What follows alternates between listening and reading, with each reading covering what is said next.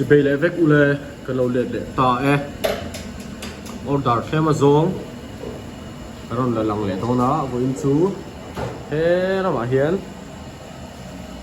ta na khoi do na he ra ma hian kan sak lo kan da phei put me a he hi chun chicken gravy tur ania zomato lam tangin meron dor thina am lo em ani chun he hi prawns chili garlic prawns tur ania hi kai kuang ani kai kuang ăn liền thật tên tôi khop mẹ con cải cuồng như này tuy don em mấy nè chuột đến hết là hiện chicken dry fry anh em đó thì chicken dry fry của tụi nó tomato thì chuột beef chili gravy anh có con á chuột đến smoke pork ở chỗ này bột seret lệ bê căng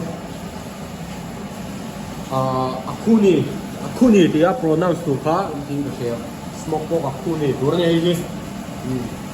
chuột đến hết là mà hiện tên lột xuống sắc của mình á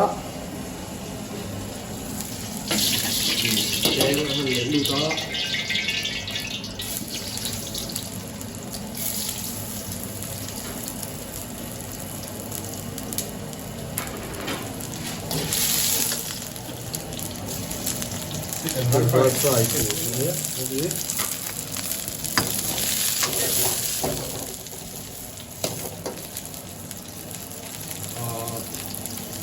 xiêm đàn ở về các chú ăn đàn nuốt to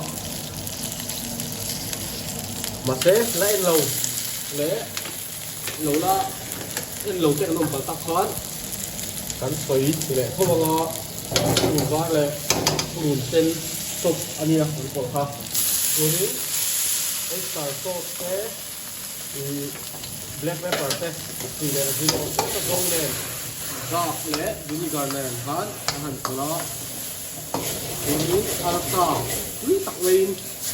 kem non ni arta kan rom không đâu bertu anh mình không phát tuan jadi Chinese style anh ấy Chinese show dan style anh ấy cái bangin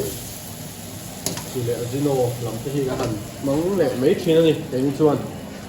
xiêm dấu lệ cả đen này á thế là bạn hiến thì chẳng em đó anh ấy hay tìm lại số cần măng nó xa rim te hi a chua ve chẳng em là hiện hay mizo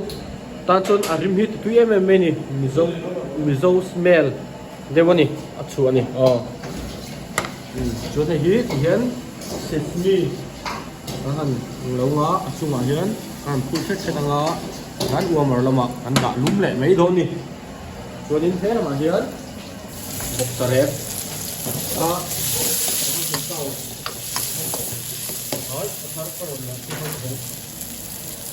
một tờ rét đó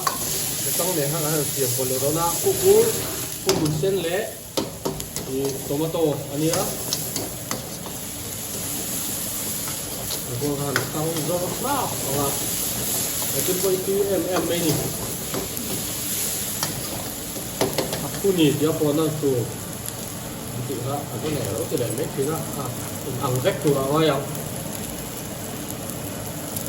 bekong rau ani mizo real kan mizo tak mấy nè cái này cái rau ba tak mấy có hiện chi em mấy nè là cái gì cái này là cái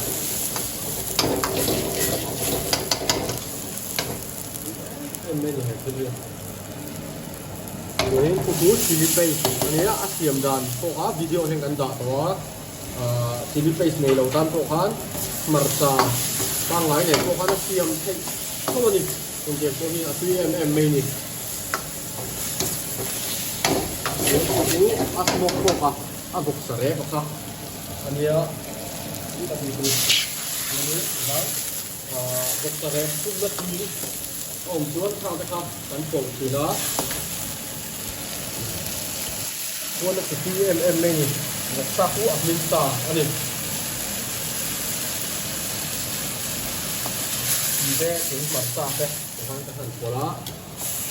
rồi miếng thế là mà hiến rice hiện chụp mình sang cái tiền steam mấy chỉ nó hiện hiện gas hiện cái urat steam rice plain rice của khác PMM main cái này là cái này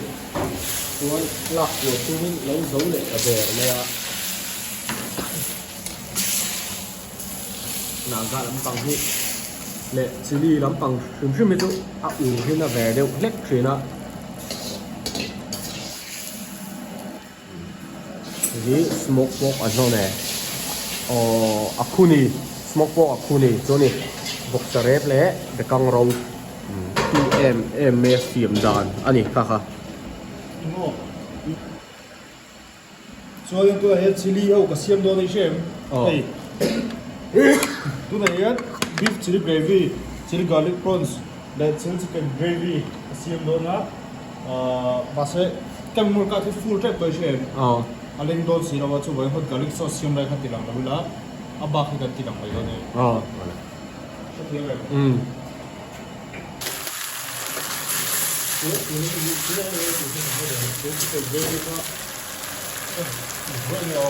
cái số mà tôi thấy rồi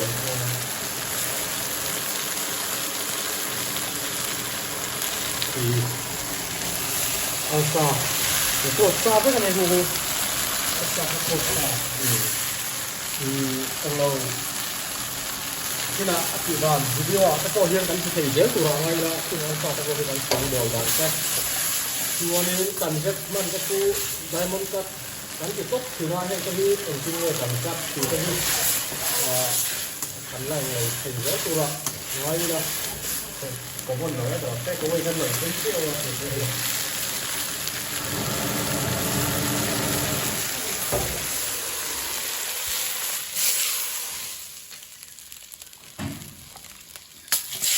lại chụp này của mình cái này cái này cái này lỗi rồi sao lẩu order tu te po khai chung ngạo kan lồng em ani ha in lẩu en ve ni chuan lẩu order cái lẩu nóng mà nhiều quá mà lẩu là cái sáng sáng tân cái lẩu mà kan lẩu sấy về lốc ơi nhé nó còn tùy nhịp về lốc chili chicken gravy tùy tặng mấy xin thế á so này hết đấy cà xiêm lọc à đang ăn mì tủa hậu sao beef chili gravy so cắt thì để hàng mấy lần thì hiện mò ôi xăm em mấy xiêm lọc anh sắm cả ta cái gì đó ôi xăm cái gì đó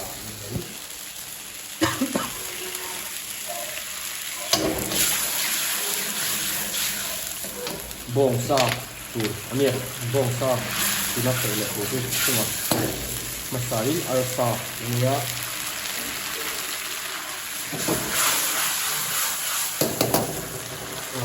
dầu tỏi của bông sa thậm chí này từ đó là đấy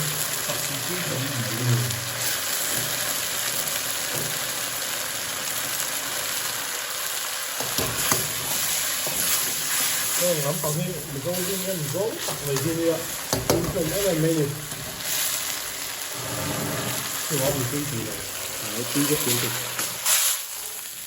cái hiến cái là ăn đó theo không đi giặc nhị là xong đi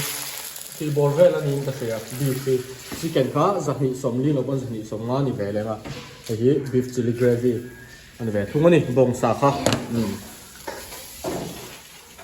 post là sẽ mấy cái lạc sạc về sao mà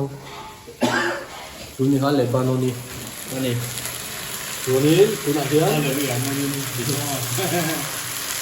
chúng đi ra được không gạo chua để xin phát này đâu nhỉ chúng là gì anh đấy sắp xếp được cái cầm ngan chứ anh nhìn lòng tốt hết cái cú gạo chua pha gì ta thì cầm tốt sao pha nữa tốt là như ở đâu nên có hai thằng đâu rồi cái phong gì thì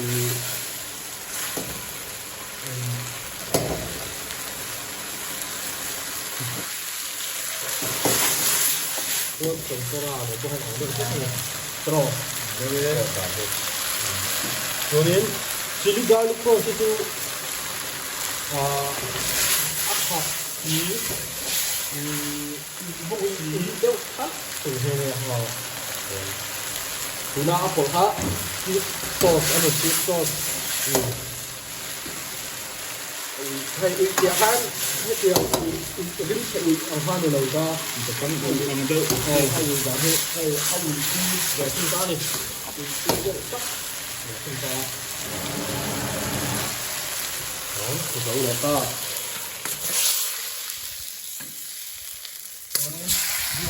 đi họ han nó subscribe lâu thế nó sẽ đi nó subscribe lâu thế thì nó mình xuống không ấy mình lâu subscribe sắp ra like comment share là khan không ai chọn mình lâu lạc sắc không bốc đâu thì khá anh nhìn đó số nín video thế số nín vai mình lâu en saka in chung kan lom em bốc anh thì khá kan han soi đủ này em in sẽ vai in một túi chơi túi vẹt u đấy